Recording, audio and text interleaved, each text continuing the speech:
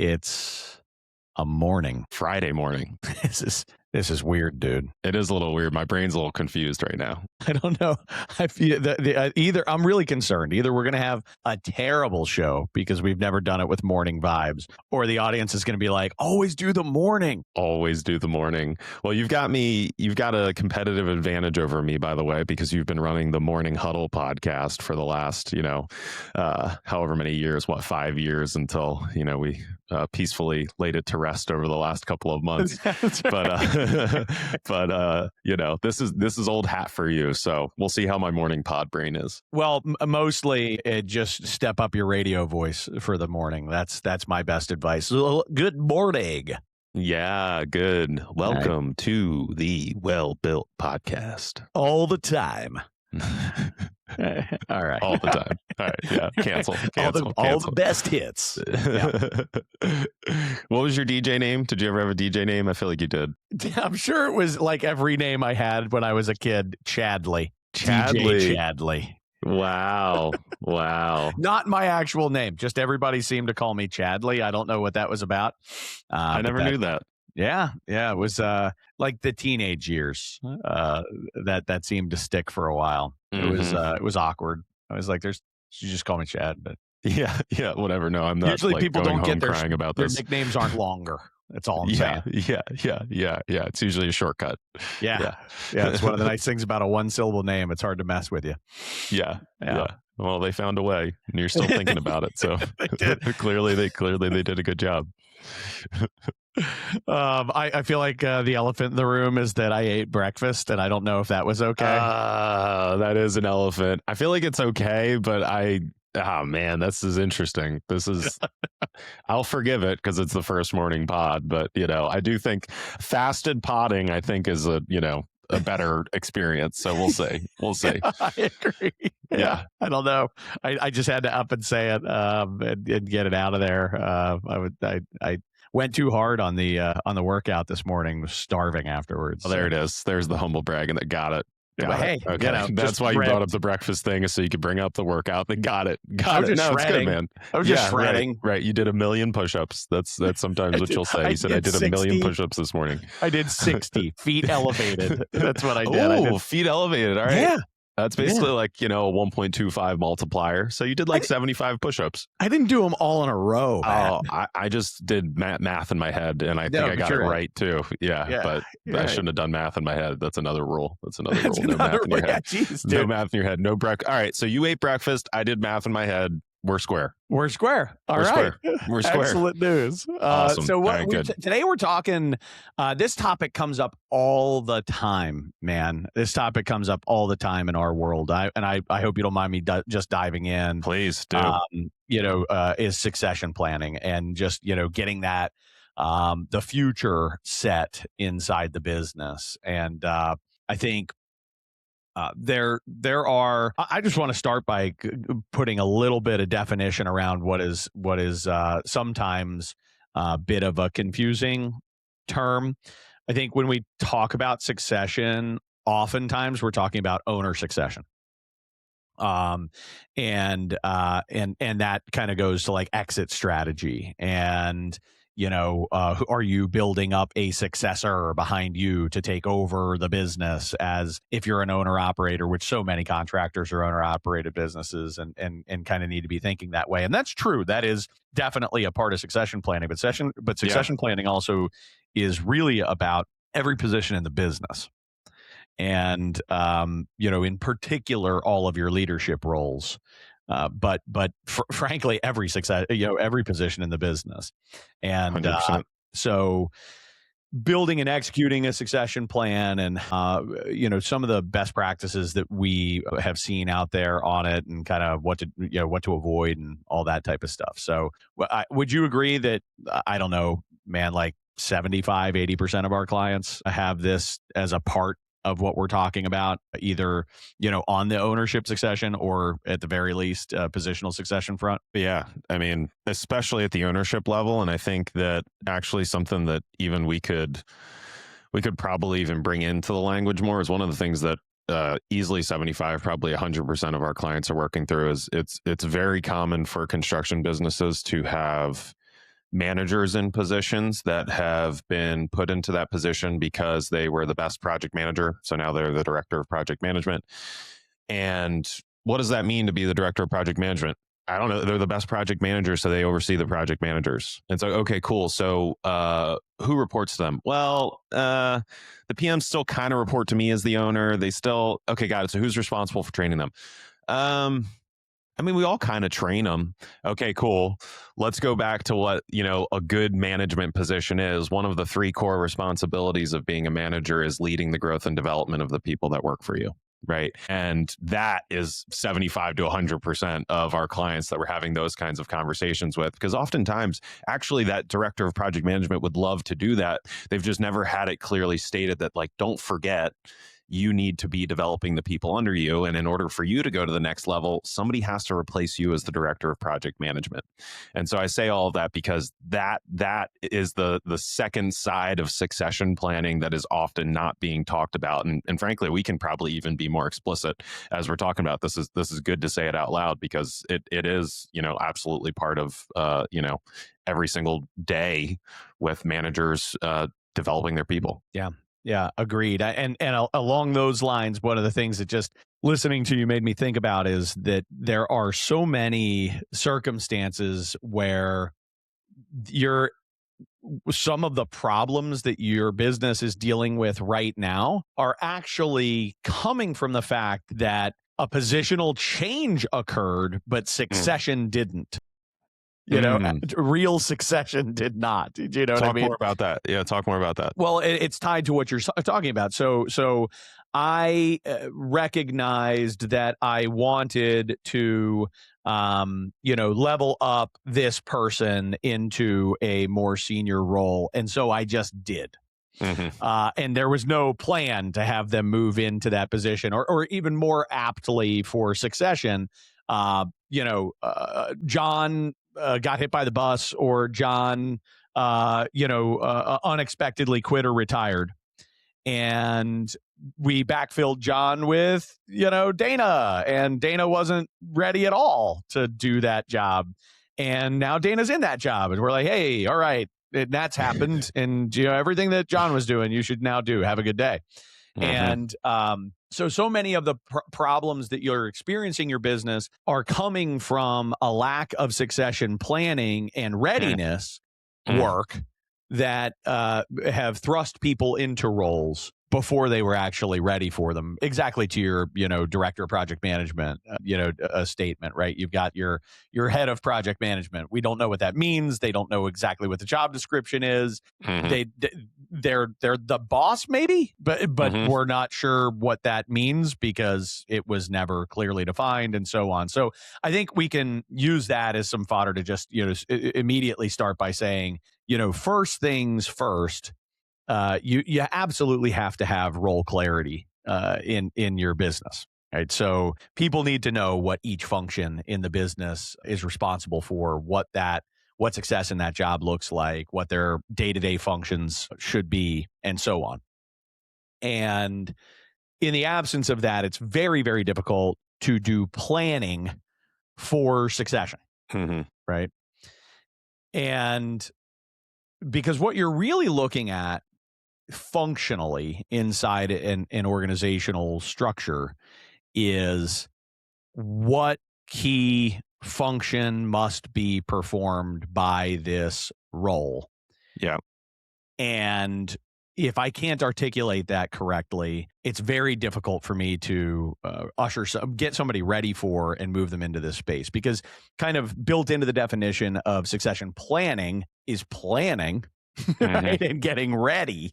Mm-hmm. So that when the moment comes, it's easy to flip the switch. I can't tell you how much of a nerd I feel like when I thought of this the other day, and it honestly might suck, but I'm going to say it anyway. I think it's such like a stupid loser thing to say, but I'm going to say it anyway. I also had this realization when we started talking about having this discussion on the pod here that the word success is actually in succession. And so I know I feel like you guys send me texts. Tell Matt me if this puts is the success in success. Yeah, exactly. exactly right. I feel like such a loser. So probably we'll scrub this from the internet. But when you say that part of succession planning is planning, like I also really do think that like when you're thinking about long term business success, a major component of it is making sure that there are people ready to step up into those next level roles. And if you want to grow, you need so many people to be ready to step up into those next roles. It's just insane. Yeah, no doubt about it. So when on a very practical level, I think we could just talk about our journey a little bit, which is, just to illustrate a point. So I started Well Built, not on my own. I had a friend who helped me as kind of like my right hand, administration, finance, accounting, yada yada, right? Like the person who helped us to get going. But it's on the consulting side, I was the solo consultant, and then over time. And when I was a solo consultant, I was a salesperson, I was this, all the hats. And I know CEO, we've the had founder, right. I know we've had the hat discussion here, in our on the pod. So I don't want to beat up the hats, but I was wearing all of these responsibilities. I was carrying all these responsibilities, and as recently as or as early as like maybe 2014, or I'm sorry, 2024, I started removing some of the responsibilities from me and moving other people into those responsibilities. I had to get them ready for that, hmm right? And then as they were ready for it, they moved into it fully, and I could move out of it completely. And it's that baton handoff that we're talking about. And so Matt has recently taken you've recently taken the management of the consulting staff from me. And for a few months there, we were holding the baton together, where I still had some of that responsibility, you still had some of that responsibility, and then you've now taken it. It's been 4 months or something like that, and hmm you've got the ball, you know.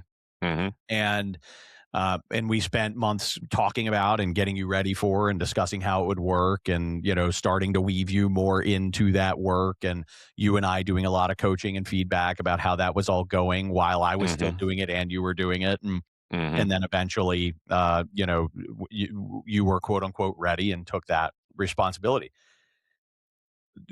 One of the things that people have a hard time wrapping their head around is that this is something that if you do intentionally, doesn't have to take that long.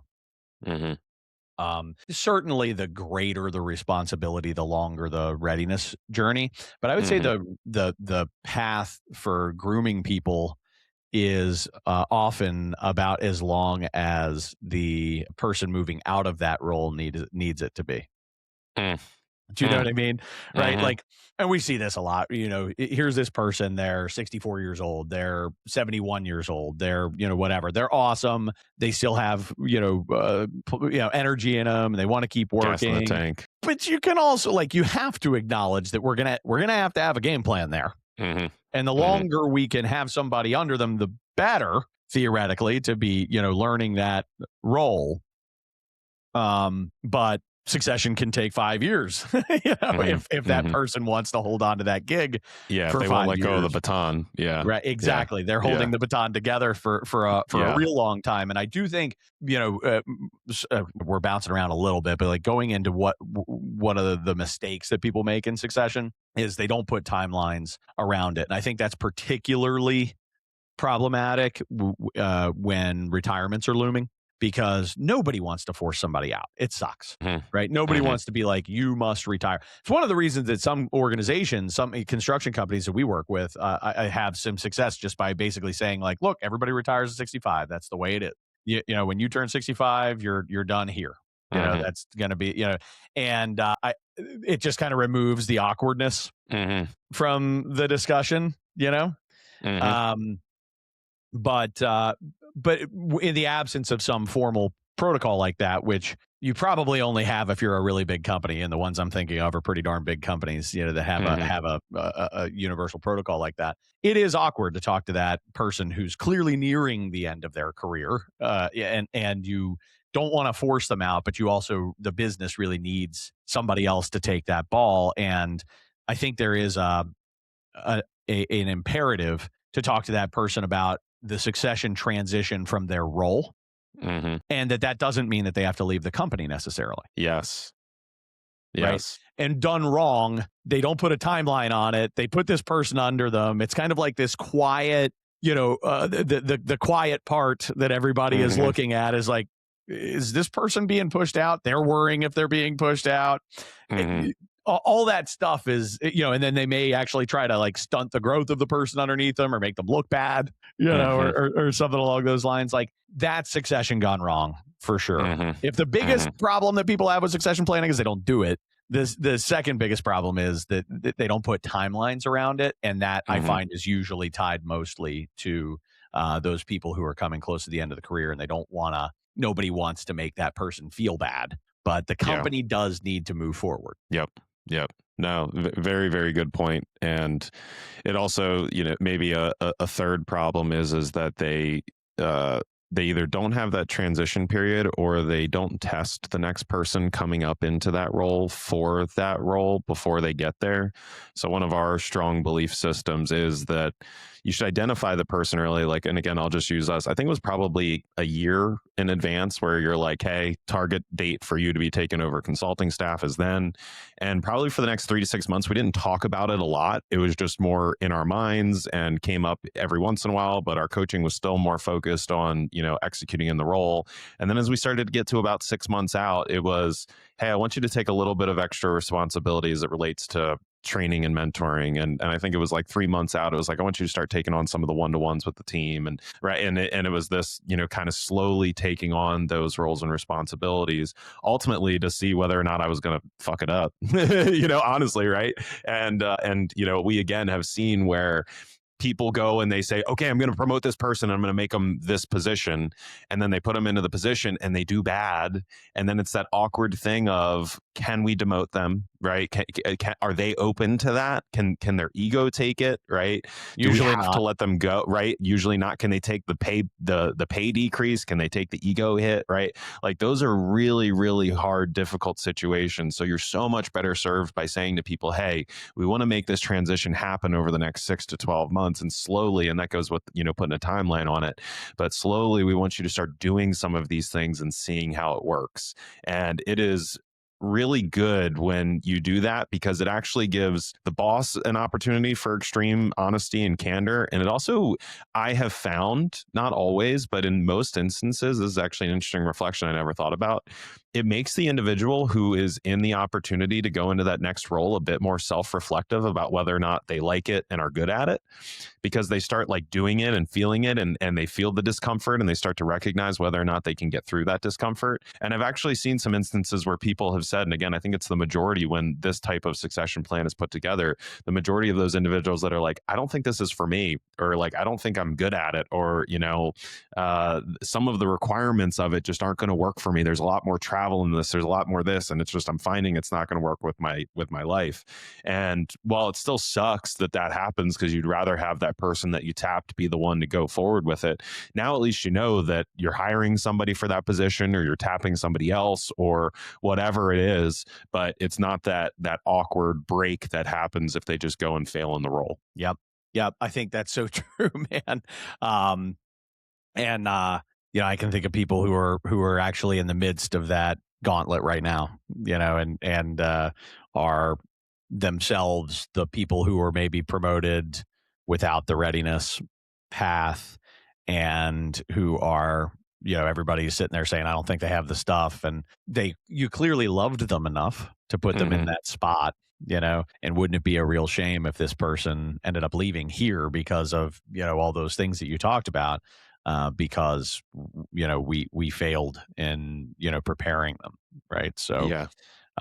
okay, so let's talk about the do's. Like, what are the things that we Yeah. absolutely need We're to thinking the do if we're same. going to build an effective succession plan?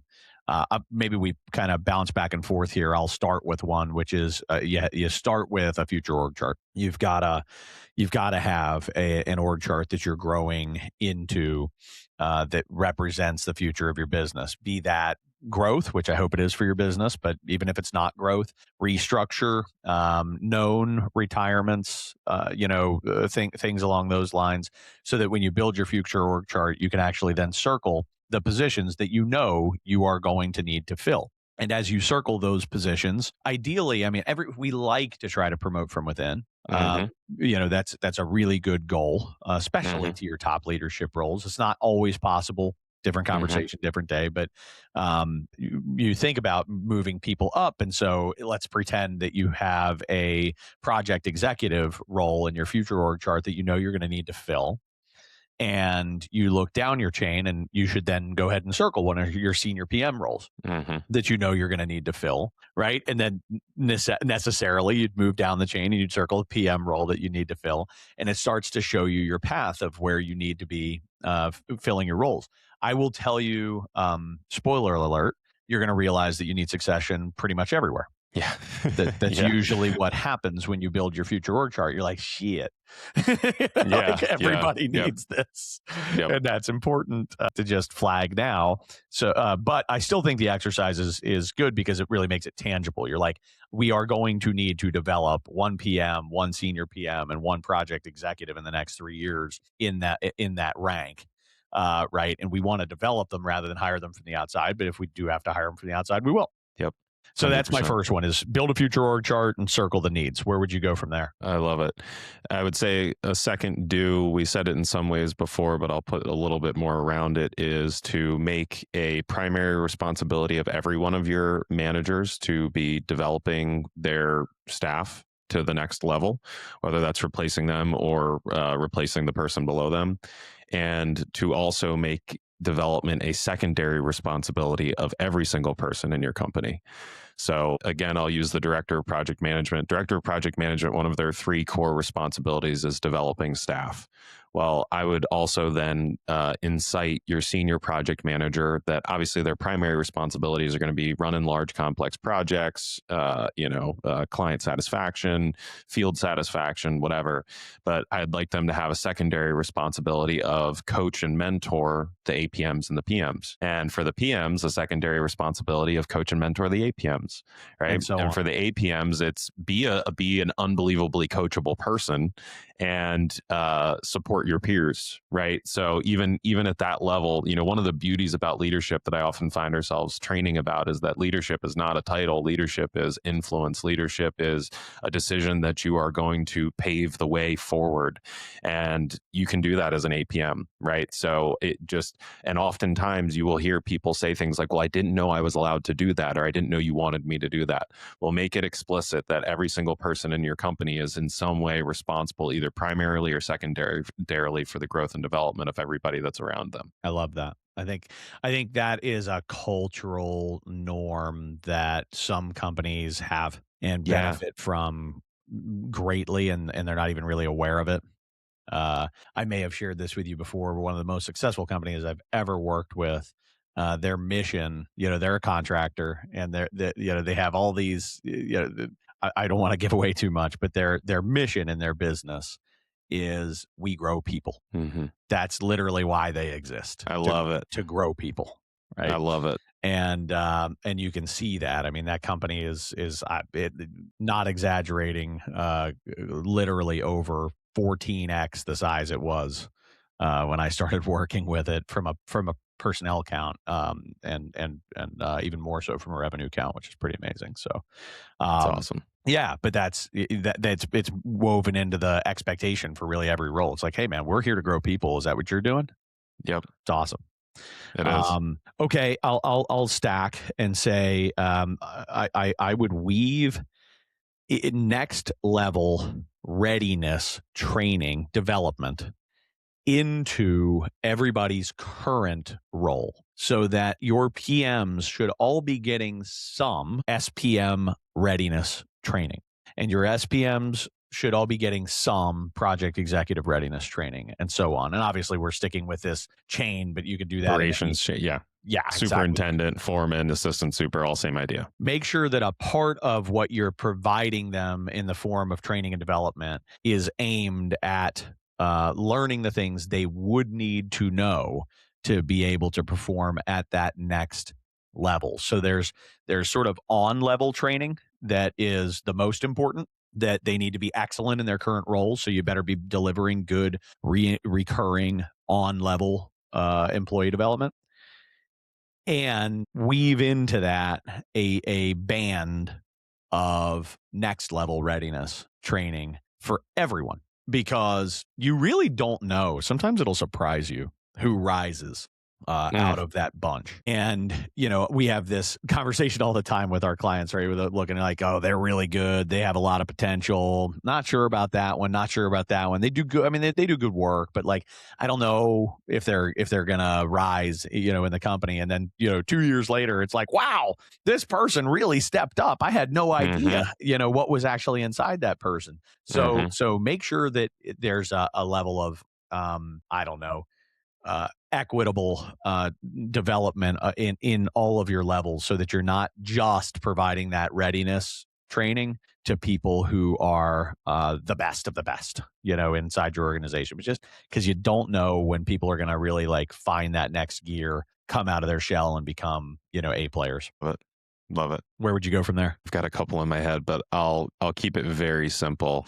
A do is to start today. We'll often get questions of, when should I start succession planning? And the answer is right now. The answer is 2 years ago. So it's never too early. Even if you're thinking, I've got 15 years before I want to sell this business. I got 25 years before I want to sell this business. Just build an army of unbelievably capable people. It's fulfilling to train people. It's fulfilling to be trained. It gives you so much a higher level of organizational readiness if you do it. So start today. There's nothing stopping you from going back and having these conversations tomorrow after you listen to this. Awesome.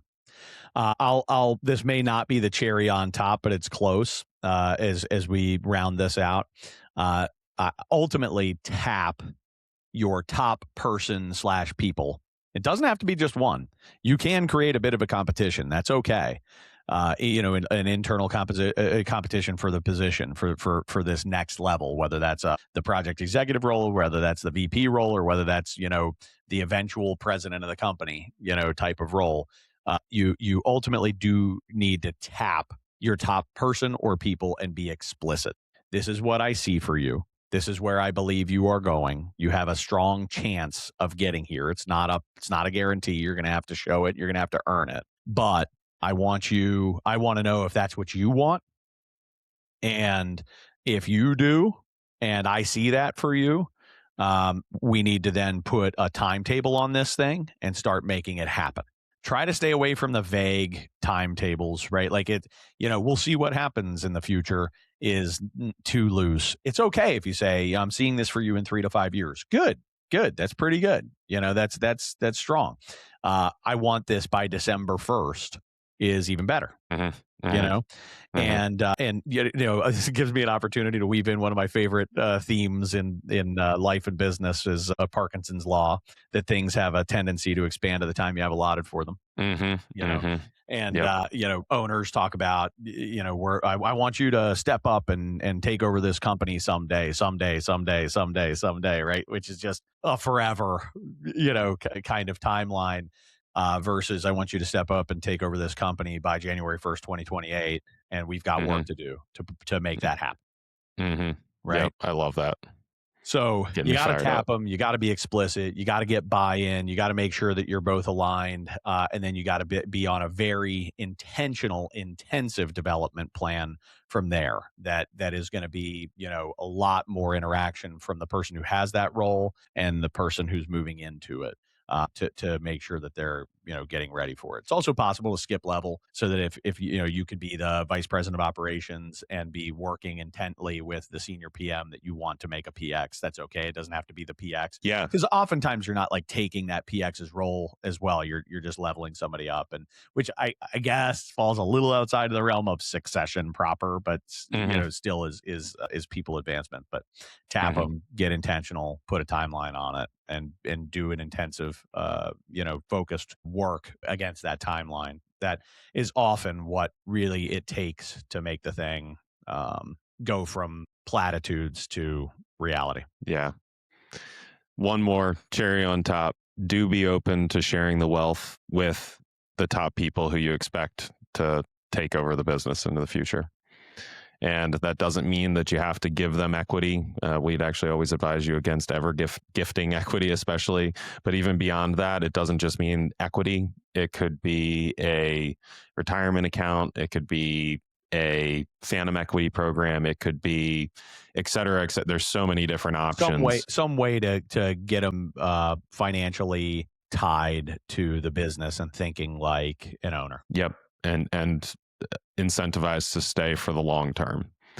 So it's fascinating, but when you get greedy, you'll actually end up making less money along the way because the business won't grow as much. Totally. And if you are willing to let go of ego and greed and give people the opportunity to make a bunch of money, you will actually end up making more money by the business's growth and success than you would have if you didn't. That's just, it happens all the time. So do be open to unique ways of retaining your best people for the long term. Cool. Couldn't agree with you more. So get out there and get after it on succession readiness, positional succession, and ownership succession. It is never too early to start thinking about and putting plans in motion. And hopefully that's a useful framework for you guys. Recently, so we've got our little XVY section where we kind of evaluate different sides of issues here. And recently we actually had a great example of this go down internally that we wanted to, surface, which is, should you hire that role, right? Should you hire that role right now? When do you do it? When do you not do it? When do you say, oh, we got to jump on that? When do you turn it down? And that is really a deep and age old, kind of debate. But Matt, do you want to lay out kind of the circumstance that we faced here internally and just, show people behind the curtain for the context? Yeah. So with managing the consultant team myself, and looking what we got going on, including a lesson learned last year that, I've shared this with clients, so I don't mind sharing it with the group here, but that we hired when we got to capacity instead of hiring before we got to capacity. And meaning that everybody was topped out when we made the next hire, as opposed to somebody training and learning. And honestly, this goes to succession planning too, in a lot of ways along the way. And so in our planning session, I basically brought up hiring a person that would be a nice to have, but not a need to have, and not even an actual person, just a role, a role that would be that's a better way to put it. That would be a nice to have, not a need to have, but it would be learning from the lesson of not adding capacity once you need it, but before you need it, so that you can keep scaling, growing, whatever. And it just led to this really good internal healthy conflict, in our strategic planning session around, well, what happens if this happens, if we don't grow enough to support that person? What happens if this? What if this happens? And it basically, led to actually, and again, I don't mind saying it, Aaron, our director of operations, and myself having a bit of a stalemate where, I'm talking about hiring before capacity. She's protecting risk as she's supposed to do. And fortunately, we also had one of our board of advisors in there with us who asked a really good question around it. And maybe Chad, you can just talk a little bit about that kind of helped to shape some of our thinking about, why I was feeling the way I was, why Erin was feeling the way she was, and ultimately what decision we came to. Yeah. So excellent tee up. I'll provide a little bit more context to just say, number one, this hire that Matt had in mind was not budgeted until good Q4. Point. Good point. Okay, yes. and the conversation we were having was in May, and the person was not budgeted until Q4. That's important. That's very important. Number two, we are running about 10% ahead of budget in both revenue and profit this year. So we are ahead of budget pace. Aaron is the keeper of the budget.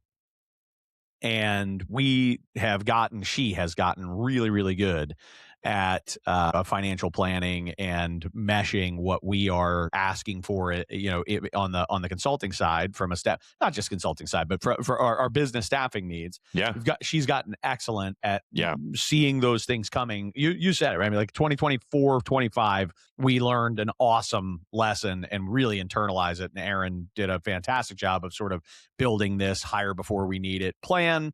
but also baking all of that very tightly into budgets month by month, quarter by quarter, so that we know exactly where we need to be to justify these moves and all that type of stuff. But Aaron is like, by the book. We also track utilization rate, which is a way of determining how much capacity people actually have. And we have that very well dialed in. That's not a guesstimate. That's a really tight number that Aaron monitors like a hawk. And so she was like, look, they do have additional capacity. It is not in the budget. And, our staff has capacity. This is not in the budget until Q4. And I don't think we should be breaking our plan to force this thing in. Because and specifically because Matt's having a feeling that it would be nice to have this person. Right. There's a little bit of that too, right? It's a little bit based on feel of what is going on, which is qualitative versus quantitative, which matters, right? That's right. So I'm sitting there, not refereeing, just paying attention to both sides. It's like a tennis match, It's like, ooh, great points. It was. And both of them are making excellent points, and I'm running it through my own filters and heuristics and all that kind of stuff. And our board member said he just chimed in and he goes, I got to ask a question. Like, is the priority in the business right now protecting profitability, or is it growth? And I had a very easy answer to that. I said growth. It's just not, we're not optimizing for profit right now. We're making plenty of profit. We're a very, solid, healthy company on the bottom line. Everything's going really well. But at the same time, that is not the number I am optimizing for right now. I'm optimizing for making sure we hit and surpass our revenue goals. And you can see we're already 10% ahead. And I'd like to stay ahead and pull further ahead, of that number. And so he asked that question. I answered very quickly, and he sort of sat back and shrugged. And I was like, okay, I'm ready to rule. I'm ready to step. I said, listen, we absolutely should be recruiting for and trying to hire this role. I wouldn't be saying that if we were behind budget, but we're ahead of budget. And I know we could be even more profitable, but that's not what I'm looking for right now. I'm not looking to protect every penny on the bottom. I'm looking to drive more on the top and capture more market share. So there's the answer. And it was this clarifying moment. Right? It was just like, what are your priorities? What are you actually prioritizing in your business? And that should really help to dictate, whether you should hire this person. I think there are some easier circumstances where, you should hire this person if you're solving for an immediate, really big problem, that can only be solved by adding headcount. There are other circumstances where, we absolutely need to be upgrading a staff member. We can see that somebody's not getting it done and it's really a replacement hire and we need to upgrade there. That's like an easy one. But when it comes to adding headcount and adding overhead and direct costs and all that type of stuff to the business, I found that to be a really powerful focusing question. My answer to it was so obvious and clear to me, made the decision to recruit and hire very simple. I love it. And I will say there's a very important word in there that Chad used initially, which is what we ultimately decided, what, Chad, made the ruling on, was to recruit for this person. And the worst case scenario is that they come in towards the end of the year when we budgeted. But in the meantime, if we find an A player that's absolutely A plus as we're recruiting, we're going to pull the trigger earlier. But I just think that's a key difference between saying we're going to hire this person and we're going to recruit for this person. So it says to us essentially that, yeah, it is a nice to have. And that should also influence our thinking that we make sure we're picky, right? And that we really get the right person in the door if we're going to make this decision. So I think that's a good point, Chad, that, a lot of this discussion has been around what to do when you have a nice to have hire, which sometimes come up. There's like, hey, I met this person, I've known this person for 25 years. They have unbelievable relationships. We weren't planning to make this hire. Should we really be making this hire? It's going to add overhead, but right. Like, I think that's really helpful for those nice to have type of hires.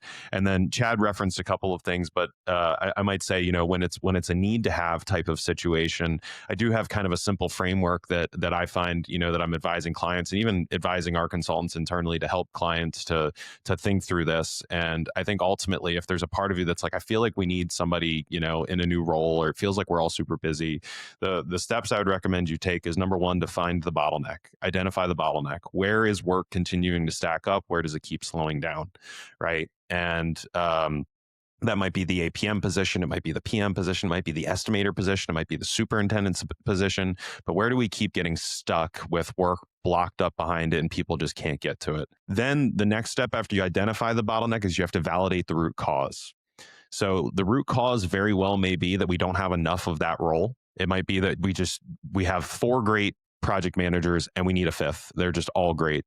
But it also might be that the PM process is broken and that we're unbelievably inefficient in the way that we use our technology, and that actually like one of the PMs is really underperforming and it's a detriment to everybody else, right? Because then that starts to tell you that there might be other changes you can make other than hiring the person that will clear the bottleneck, right?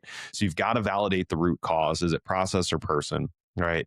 And then if you do identify, no, I really do think it's the person, I would recommend that you then say, okay, so what's the business case for this? Right. And what I mean by this is a lot of times what can happen is you can say, yeah, well, we're going to add, $120,000 in salary if we hire this person though.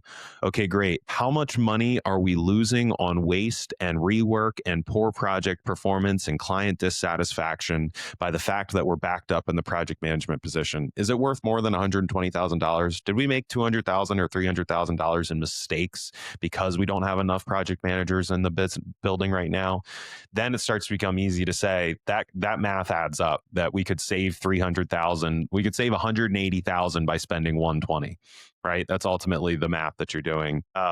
And then you make the decision, right? Then you go through that exercise and you make the decision. So you identify the bottleneck, you validate the root cause, you make the business case, and then you make your decision. Is it worth that return on investment? It's awesome. And yeah, I think that's the 4-step framework. And then I will add just one bolt on to this to consider, especially if you're an owner or executive that gets to make these kinds of decisions that's listening here today. You also are allowed to make a quality of life decision where, you're the owner, it's your business. And if you decide that you want to be stepping away into a higher role, just in the same way that our board member asked Chad, what's your priority, growth or profit? That same kind of question could go to that same thought process of like, why are you making this hire? Is it because you find yourself working 65-hour weeks and you don't know that this person's going to have full-time responsibilities, but it'll significantly reduce or improve your quality of life and reduce the amount of kind of static in your brain that could be allowing you to focus on the most important stuff on a day-to-day basis?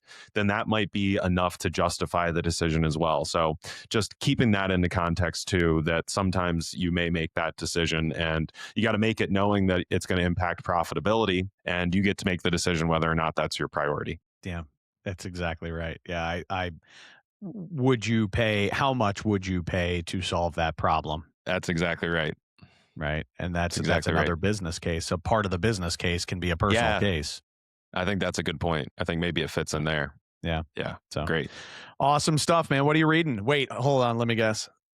Are you still reading Churchill? I'm on volume 6. I'm on the last of the 6 volumes. I'm on volume 6. I don't know what I'm going to do with myself when I finish because it's been a 3-year journey, but you're right. Volume 6. And then I'm also reading the third Lord of the Rings book. Nice. So that's what Mixing I got going right fun. now. Yeah, it's been great. It's been great. So, but yeah, no more good stuff from Churchill. Also Gandalf. I want to be Gandalf so bad. I'm learning stuff from Gandalf too. I'm telling you, I am. It's like I'm applying it. I'm applying stuff I'm learning from Gandalf too. So it's all good. It's all good. Thank God all of our clients are hobbits. And so exactly. Yeah, exactly. And I'm here to give you counsel. That's the deal. That's the deal. So that's outstanding. Dude, Gandalf is the GOAT. But Chad, what are you reading? So you may know this. I don't know if I've ever mentioned it on the pod, but like possibly my favorite book for enjoyment of all time is American Nations by Colin Woodard. Mm-hmm. Mm-hmm. And he and I've loved that book. I've read that book like 3 times, and I actually reference it sometimes when I'm traveling for different clients to immerse myself a little bit in the culture that I can expect. And just little background, it's the book is really about the distinct cultural norms that we have across the United States, well, North America, but for me, what's mostly relevant is United States and Canada. But and these cultures that think a certain way, have deep-seated beliefs, and how it influences the way that you need to connect with these people, and all that type of stuff. Now, there's not so much advice in the book about how to connect with folks across, but like I think you can surmise, right? And so, he has his second sequel to the book. It's called Nations Apart, and I've been reading that. It's a little bit more political than I wanted. I wasn't looking so much for for him to opine on political alliances and how to solve those things. But hey, he's still making money on the same theme, and I can't help it. I am a sucker for the historical background and the relevance of what we stand to learn about ourselves as a society from his work. So can't plug it enough. American Nations, I would start there for sure. But Nations Apart, so it's a good read. It's interesting. It's kind of like you know why we don't get along in our different cultures, Mm-hmm. Yep. and some of maybe the solutions for that, though his solution always feels a little left wing to me. So, Okay, so I get a little awkward. I'm like, yeah, I don't know, Colin. I'm kind of pissed off as you're reading it. I'm not sure, but he's a super smart guy, very well researched, and if you can overlook some of those things, which I have no problem doing, I would encourage you to check it out. Cool. I love it. Well, dude, morning pod success, Chad. Well, I don't know if it was successful or not, Matt. I guess we'll let fun. the listeners tell us. I had fun too. We'll find out through the grapevine. If you guys are like, hey man, stick with your evening routine, that's all we need to hear. That's all we need exactly. to hear. Be honest with us. We can handle it. We're big boys. Awesome. Great being with you, Matt. Always. See you, Chad. Thanks for checking us out, everybody. See ya. See ya.